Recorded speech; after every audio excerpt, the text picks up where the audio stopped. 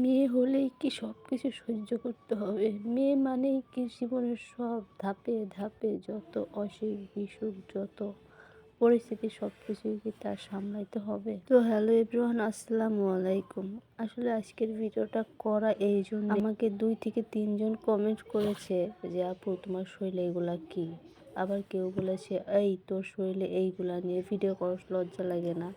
আবার হয়তো বা কেউ এইভাবে বলেছে যে তোমার কি স্বামী নাই, নাকে নাকফুল নাই? তো আমি সকলের প্রশ্নের জবাবটা এই ভিডিওর মাধ্যমে দিব। যাদের জন্য ভিডিওটা করা, সবাই ভিডিওটা একটু ফুল দেখবেন, তারপর বুঝতে পারবেন। আসলে এটা আমার শরীরে হয়েছে আরো 2 থেকে 3 বছর আগে। এটা আমি অনেকভাবে চেষ্টা করছি সারানোর জন্য, সারে নাই। এক পর্যায়ে আমার সোনা গয়না যা ছিল সবই বিক্রি করে দিয়ে ডাক্তার দেখাইছি, তারপরও সারে। আমার হাজবেন্ড প্রতিনিয়ত এইগুলার ওষুধ কিনতে কিনতে এমনও দিন গেছে আমরা না খেয়ে পার করছি, ওষুধ কিনে খাইছি, তারপরও এগুলো সারে। তো বাধ্যকৃতভাবে এখন ট্রিটমেন্ট করা বাদ দিছি, তার কারণ এখন আর আমাদের সেই সামর্থ্য নাই এটা সারানোর জন্য। এটা শুধু আমার না, আমার ছেলেরও হয়েছে আমার থেকে। আর বাকি রইল নাকফুল। হ্যাঁ, আমার হাজবেন্ডের সাথে এটা নিয়ে প্রতিনিয়ত ঝগড়া, মারামারি, ধরাধরি, কাটাকাটি হইতো, যেটা নিয়ে আমি একদমই সহ্য করতে পারতাম না। একে তো শরীরে এই ধরনের ঘা, তারপরে আবার ছোট বাচ্চা,